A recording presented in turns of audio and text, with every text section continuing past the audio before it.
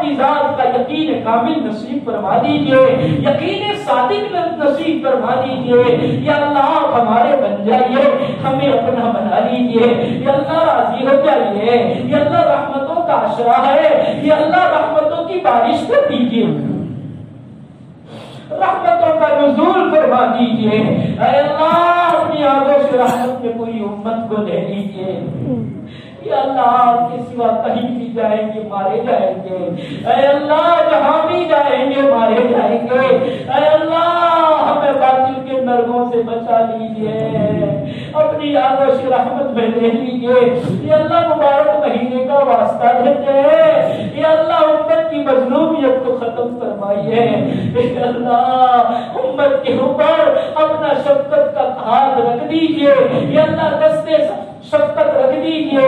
اے اللہ امت کی نیا کو پار لگا دیجئے، یا اللہ ہدایتوں کے فیصلے فرما دیجئے۔ یا اللہ آپ کے قرآن کو سن رہے ہیں، یا اللہ قرآن حق ہے، قرآن کا ہر پیغام حق ہے، یا اللہ ہمارا اس پر ایمان ہے، یا اللہ ہمیں اس پر عمل کی توفیق دے دیجئے۔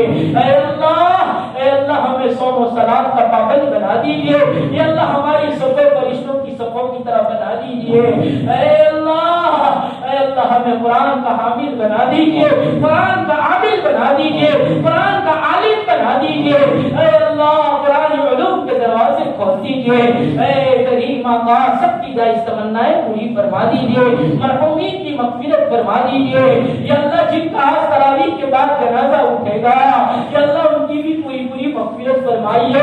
یا اللہ پورے قبرستان والوں کی پوری امت کے مرحومین کی مغفرت فرمائیے۔ یا اللہ جو لوگ اسپتالوں میں علاج کر رہے ہیں، یا اللہ جن کو سانس لینا مشکل ہے، یا اللہ جن کے سینے اچھل رہے ہیں، اے اللہ ان کے لیے بھی عافیتوں کے فیصلے فرما دیجیے۔ اے اللہ آپ کی طرف سے ملنے والا آکسیجن یا اللہ عطا فرمائیے۔ یا اللہ یہ مصنوعی آکسیجن یا اللہ ناک پر لگا کر یا اللہ زندگی کو بحال رکھا جا رہا ہے، اے اللہ عافیتوں کے فیصلے فرما کر یہ مصنوعی آکسیجنوں سے چھٹکارا دے دیجیے اور اللہ آپ کی قدرتی آکسیجن دے دیجیے۔ اے اللہ سب کے حالات کو درست بنا دیجیے، سب کی جائز تمنائیں پوری فرما دیجیے۔ جنہوں نے بھی دعا کے لیے کہا سب کی جائز تمنائیں پوری فرمائیے۔ قبرستان میں جنہوں نے عطیے دیے ان کی عطیوں کو قبول فرما کر ان کے مرحومین کی مغفرت فرما کر ان کی جائز تمنائیں پوری فرما کر یا اللہ اجر جزیل عطا فرما دیجیے۔ دعاؤں کو اپنے فضل سے نبی کریم صلی اللہ علیہ وسلم کے صدقے طفیل میں منظور فرما لیجیے۔ وصلی اللہ علی النبی الکریم برحمتک یا